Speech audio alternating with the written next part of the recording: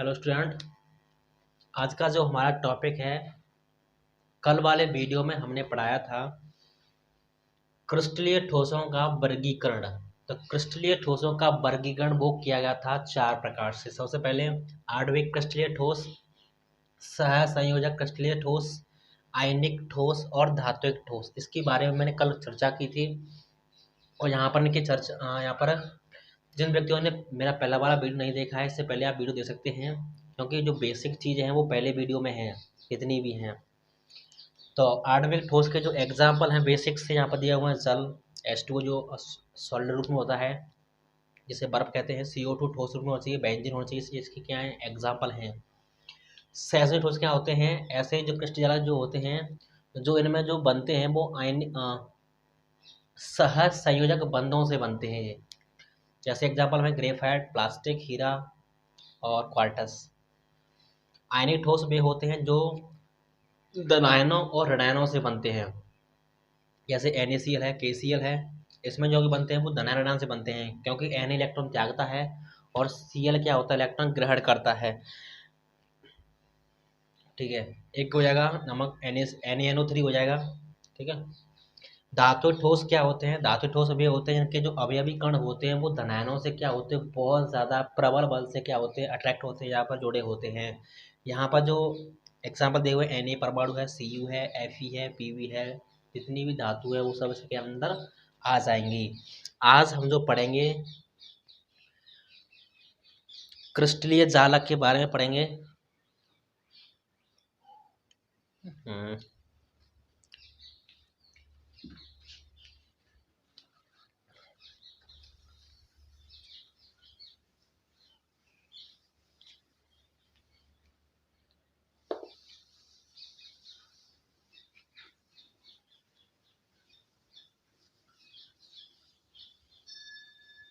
आज देखिए क्रिस्टलीय जालक।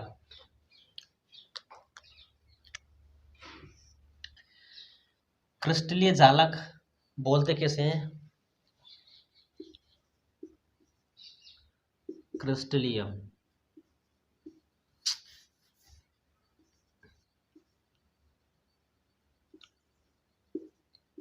जालक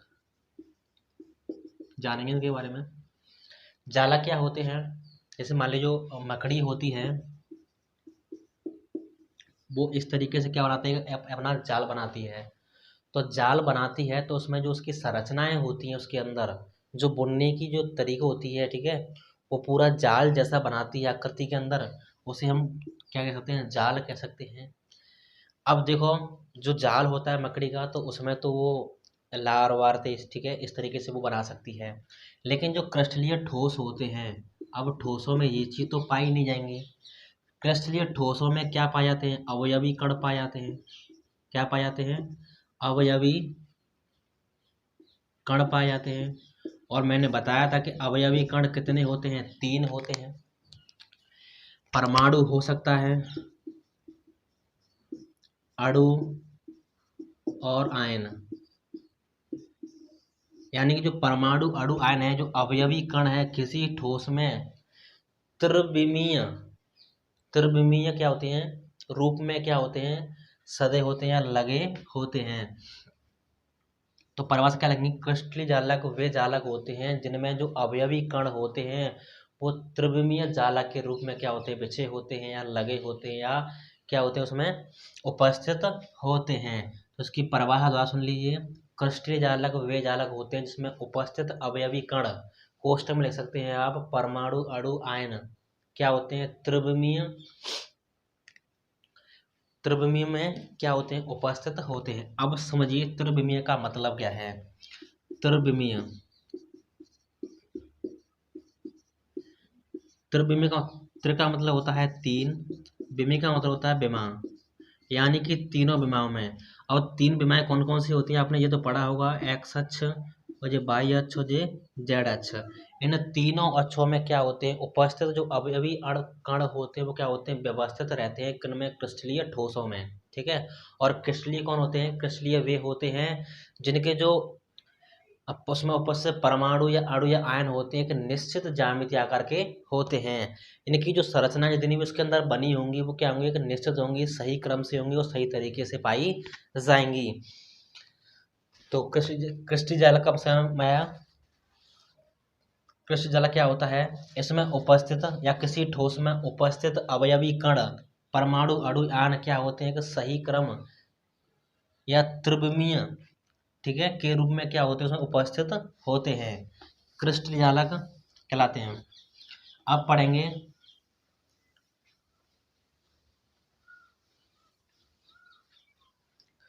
क्रिस्टलीय जालक या एकक कोशिका।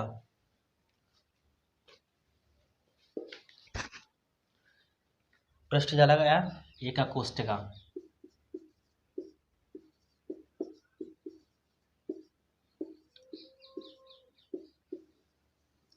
एकक कोशिका में हम बेसिक से 4 टॉपिक पढ़ेंगे यहाँ पर। पहली है सरल गणीय,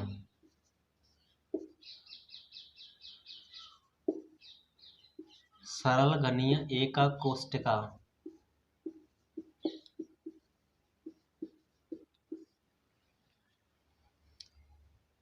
दूसरा पढ़ेंगे फलक काय केंद्रित एकक कोशिका, इसे बोलते हैं एससी। एससी का मतलब है सिंपल कोर में, इसे बोलते हैं एफसीसी, ठीक है, एफसीसी फलक वाली। एक होती है अंतः केंद्रित,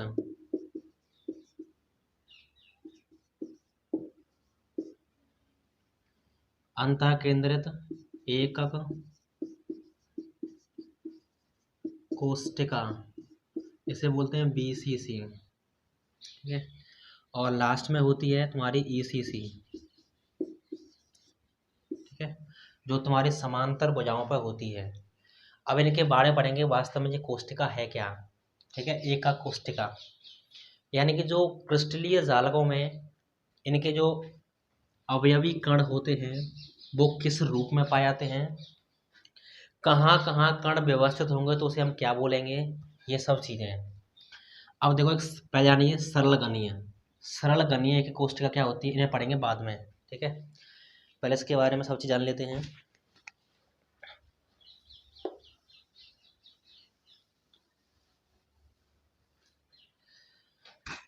देखो यहाँ पर मैंने कुछ इस तरीके से आकृति बना ली।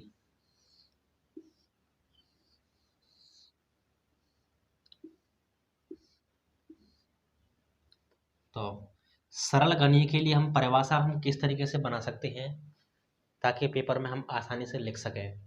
सरल गणीय एकक कोशिका की परिभाषा क्या होती है, सरल गणीय एकक कोशिका परिभाषा होती है ऐसी एकक कोशिका, क्या, ऐसी एकक कोशिका जिसमें जो अवयवी कण हैं, यहाँ लिखिए इसकी परिभाषा, ऐसी एकक कोशिका जिसमें अवयवी कण केवल कोनों पर हों, केवल कोनों पर उपस्थित हों। अवयवी कण इस कोने पर हो सकता है, यहाँ पर हो सकता है, यहाँ पर, इस तरीके से। अवयवी कण जो सिंपल होती है एकक कोशिका सिंपल वाली, उसमें जो अवयवी कण हैं, अवयवी कण का मतलब है परमाणु अणु आयन, ठीक है, परमाणु अणु आयन। जो अवयवी कण है केवल और केवल कहाँ होंगे, कोनों पर उपस्थित होंगे, कोनों के अलावा कहीं पर उपस्थित नहीं होंगे। उसे क्या बोलते हैं हम, सरल गणीय एकक कोशिका कहते हैं। इसके लिए मैं आपके लिए बेसिक एग्जाम्पल देता हूँ।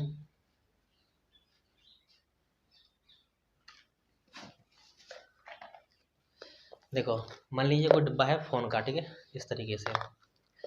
तो यहाँ पर जो आकृति है इसमें जो अवयवी कण होंगे वो इस कोने पर होंगे, यहाँ पर इस ये ठीक है, इस तरीके से। केवल उसके अवयवी कण क्या होंगे, उसके कोनों पर, कोनों के अलावा कहीं नहीं होंगे, तो उसे बोलते हैं हम सरल घनीय एकक कोष्टिका। ठीक है। इसमें जो उपस्थित परमाणुओं की संख्या होती है, परमाणुओं की संख्या होती है 8 × 1/8, कितनी है वो, 1 होती है। इसे z बराबर 1 बराबर लिखते हैं।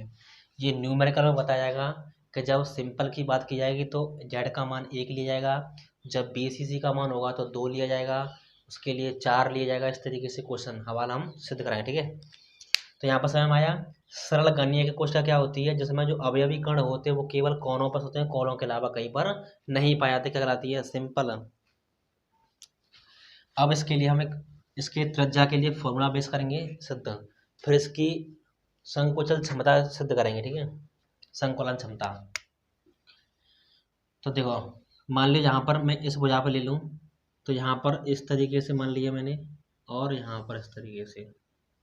ठीक है, इन दोनों को मैंने यहाँ पर मिला दिया। आप यहाँ पर बड़ी आकृति भी ले सकते हैं समझने की दृष्टि से, ये इस तरीके से। यहाँ पर मैंने इसे ले लूँ और इस वाले ले लूँ, तो यहाँ पर इस तरीके से मैंने कोई भी आकृति ले ली। अब देखो यहाँ पर इन दोनों बिंदुओं को मिला दूँ, मैं मिला दूँ। अब इसको पूरी का मान लूँ मैं ए भुजा मान लूँ, या AC मान लूँ, या AC।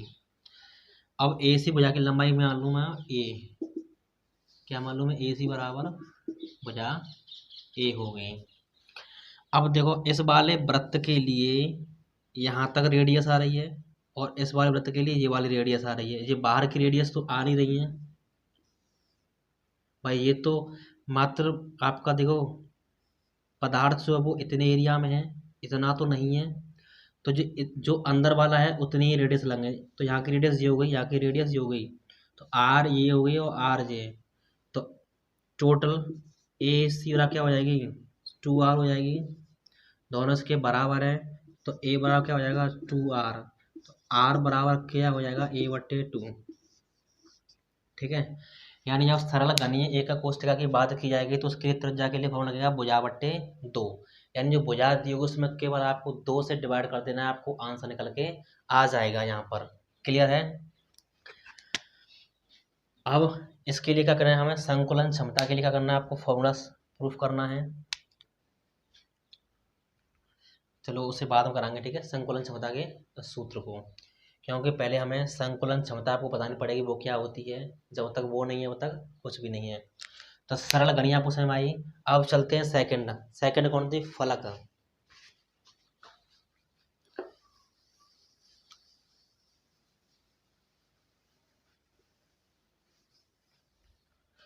बी पॉइंट क्या था, फलक काय केंद्रित एकक शैल या एकक कोष्ठिका। ठीक है, तो परिभाषा सेम टू सेम लिखेंगे। परिभाषा आप लिख सकते हैं, मैं आपको बोल दूंगा। ठीक है, वीडियो रोक कर आप परिभाषा को लिख सकते हैं। ठीक है, तो देखो अवयवी कण क्या होंगे, प्रत्येक कोने पर होंगे। मैंने सभी कोनों पर लिख दिए यहाँ पर इस तरीके से।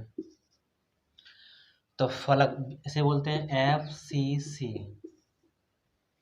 ठीक है, तो परिभाषा में कैसे कैसे व्यक्त करेंगे कि फलक काय केंद्रित एकक कोष्ठिका। तो लिखेंगे एकक कोष्ठिका, यानी कि कोष्ठक जैसी होती है, ऐसी बंद आकृति होती है। उसमें क्या होते हैं, जो अवयवी कण क्या होते हैं निश्चित रूप से क्या होते हैं उसमें उपस्थित होते हैं। और वे कौन कौन से रूप में उपस्थित होते हैं, कहाँ कहाँ होते हैं, वो इसकी जानकारी में मिलेगी। ठीक है, तो फलक काय केंद्रित में जो अवयवी कणों की जो उपस्थिति होती है वो कहाँ कहाँ होती है, यहाँ पर देखिए। सबसे पहली बात तो कोनों पर तो हो गई होगी, ये सब कोनों पर तो होगी होगी। कोनों के अलावा कहाँ पाई जाएगी, फलकों पर। ठीक है, कहाँ पाई जाएगी, फलकों पर। देखिए यहाँ पर इस तरीके से आकृति है ये। तो देखो कोने कौन कौन से हैं, 1 2 3 4 5 6 7 8। ठीक है, 8 तो ये हो गए, 8 कोनों पर तो होगी होगी, यानी कि प्रत्येक कोने पर होगी। कोनों के अलावा अवयवी और कण कहाँ पाए जाएंगे? उसके फलकों पर पाए जाएंगे। फलक कितने हैं? एक ये वाला ऐसा, 2 3 4 5, ठीक है, इस तरीके से 6, ठीक है, 6 के आगे उसके फलक हो गए। ये वाला ऐसा 2 3 4 5 और 6 वाला ऐसा। तो इसके लिए परिभाषा क्या बनेगी? ऐसी एक का कोष्ठका जिसमें अवयवी कण कोनों के अतिरिक्त उसके फलकों पर भी पाए जाते हैं, फलक, ठीक है, काय केंद्रत एका कोष्ठका कहते हैं। दोबारा सुन लीजिए, का फलक काय केंद्र एक कोष्ठका, ऐसी एक कोष्ठका जिसमें अवयवी कण क्या होते हैं? कोनों के अतिरिक्त तो उसके फलकों पर भी उपस्थित पाए जाते हैं। तो फलक कौन से होंगे? तो इसका ये बीच हो जाएगा, इसका एक ये वाला, एक ये वाला, एक ये वाला, ठीक है, और एक इसमें बनेगा बाहर वाला, ठीक है। ये वाला मान लेंगे बाहर बाहर की सतह पर, और ये मान लेंगे पीछे की सतह पर, ठीक है, पीछे की सतह पर। अब इसके लिए हम क्या निकालेंगे?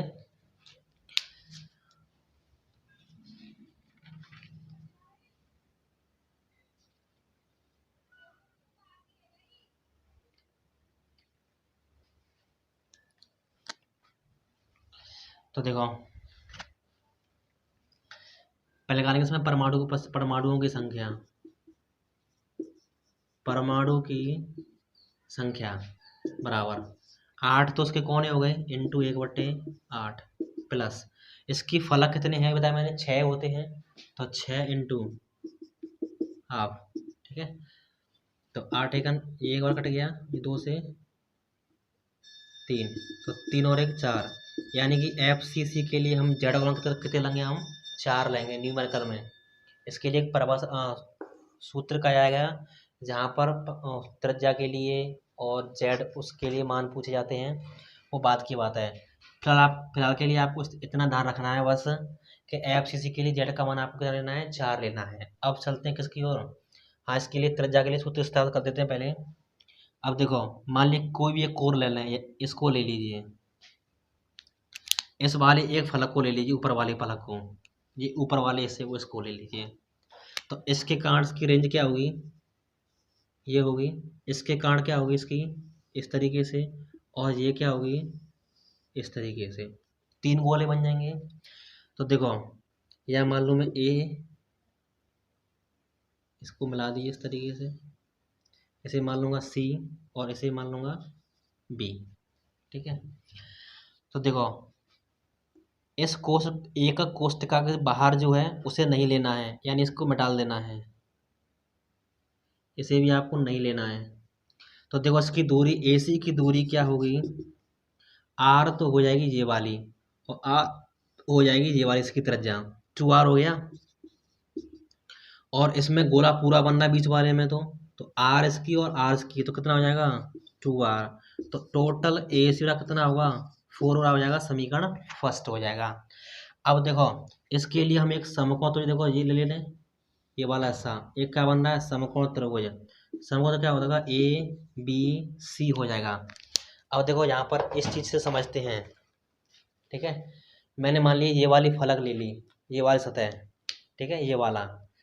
अब क्या करिए, मैंने यहाँ पर BC से इस तरीके से मिला दिया, यानी यहाँ से इस तरीके से इसको मिला दिया है, मिला दिया, दिखाई दे रहा है, ठीक है, इससे मिला दिया है, और यहाँ पर इस तरीके मिला दिया, और इसको इस से मिला दिया। तो देखो, यहाँ पर ये आकृति बन गई एक समकोण त्रिभुज की। किसकी बन गई? समकोण त्रिभुज की। तो इसके लिए सूत्र क्या होता है? कर्ण स्क्वायर बराबर लंब स्क्वायर प्लस आधार स्क्वायर। तो कर्ण दे रखा है AC, तो AC बराबर क्या हो जाएगा?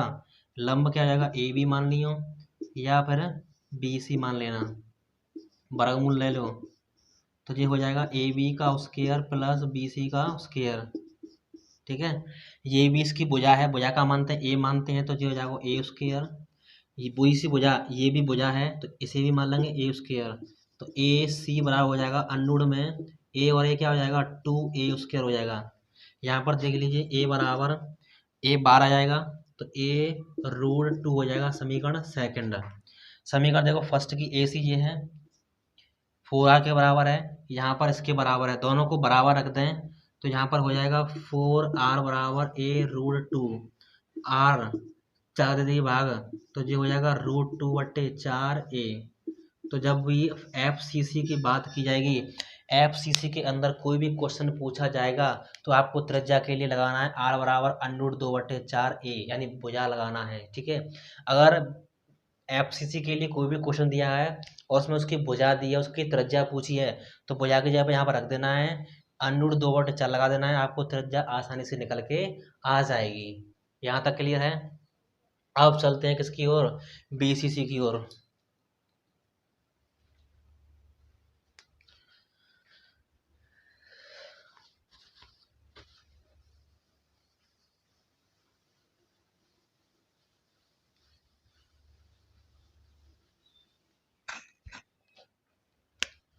सी पॉइंट क्या हुआ, बीसीसी अंतः केंद्रित,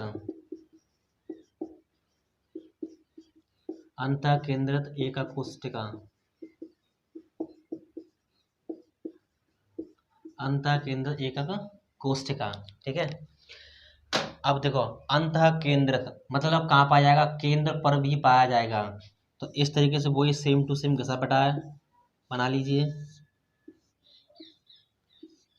इस तरीके से। अब देखो अवयवी कण कोनों पर तो पाए जाएंगे ही जाएंगे,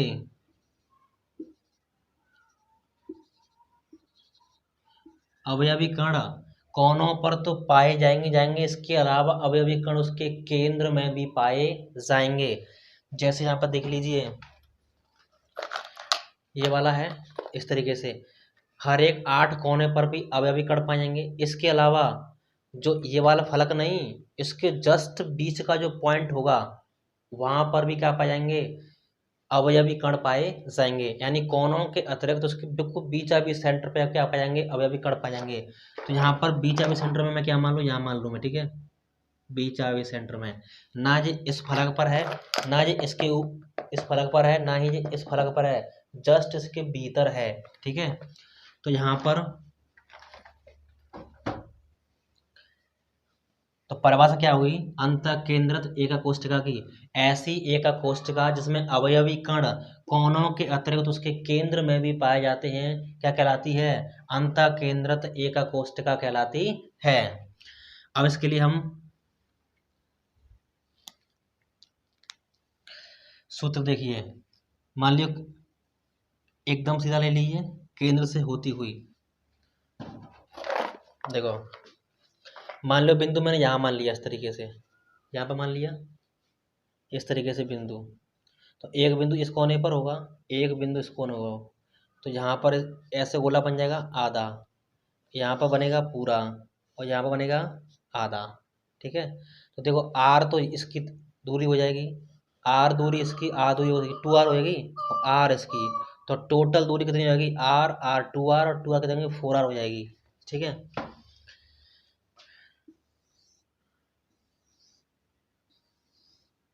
ठीक है, आप इसकी बना सकते हैं। तो टोटल दूरी जो मान लो, ठीक है, तो टोटल यहाँ मान लो a, यहाँ मान लो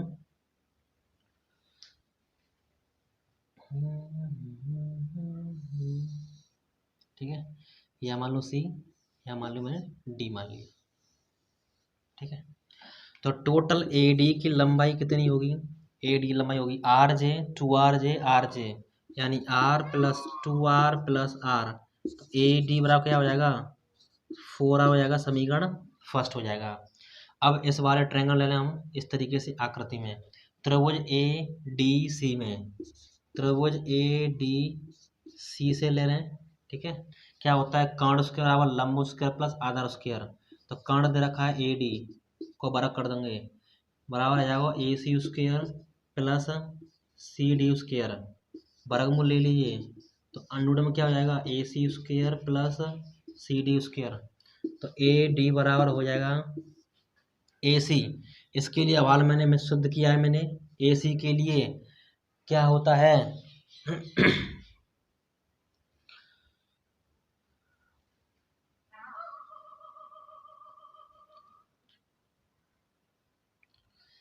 AC के लिए 2R स्क्वायर सिद्ध किया है, गले में AC के लिए क्या सिद्ध किया है मैंने, इससे पहले वाले में 2A स्क्वायर किया है, ये इसकी भुजा हो जाएगी तो ये क्या हो जाएगा ए स्क्वायर, तो ए जी बराबर हो जाएगा 3a स्क्वायर। ठीक है, तो ए डी बराबर अनुरूट का जाएगा वो a√3 हो जाएगा समीकरण सेकंड। यहाँ ए डी के बराबर क्या है 4r, तो यहाँ रख दीजिए, तो यहाँ कर दीजिए समीकरण फर्स्ट व सेकंड से। यहाँ ए डी 4r के बराबर है, यहाँ किसके बराबर है a√3, यहाँ पे r निकाल लीजिए तो ये क्या होगा √3/4a। तो इसके लिए रेडियस क्या होगी √3/4a हो जाएगी। तो यहाँ तक है। अब लास्ट बचा है, ठीक है, हाँ, इसके लिए जो जेड का मान लिया जाता है वो क्या लिया जाता है 2 लिया जाता है। ठीक है, क्योंकि इसमें तो 8 तो कौन ही होंगे 8 × 1/8। ठीक है, तो एक तो यही आ गया, बाकी इसमें सेंटर में भी पाया जाता है। ठीक है, सेंटर के अतिरिक्त तो एक बढ़ जाएगा वो वाला।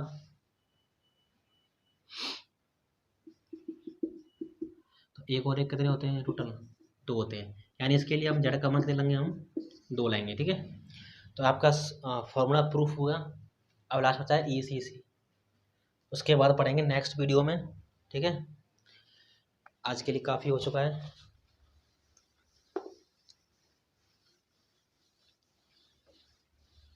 वैसे इसमें ECC का कोई यूज नहीं दिया है, फिर भी मैं आपको करा दूंगा। ठीक है, जी पॉइंट ECC इसे बोलते हैं। ठीक है, समांतर फलकों एक कोष्टिका समांतर फलकों। अब देखो मान ली ये इस तरीके से कोई आकृति है, अवयवी कण कोनों पर तो होंगे ही होंगे, यानी ऐसी एक कोष्टिका जिसमें कण अवयवी कण कोनों पर तो होते ही होते हैं, इसके अलावा समांतर फलकों पर पाए जाते हैं। समांतर फलकों का मतलब होता है, जैसे मान लिए इसके पैरेलल ये नीचे वाला है, इसके पैरेलल ये नीचे वाला है, इसके पैरेलल ये नीचे वाला है, तो किन्हीं 2 समांतर फलकों पर अवयवी कण पाए जाते हैं। ठीक है, यानी या तो ऊपर के पाए जाएंगे या फिर नीचे के दोनों पे।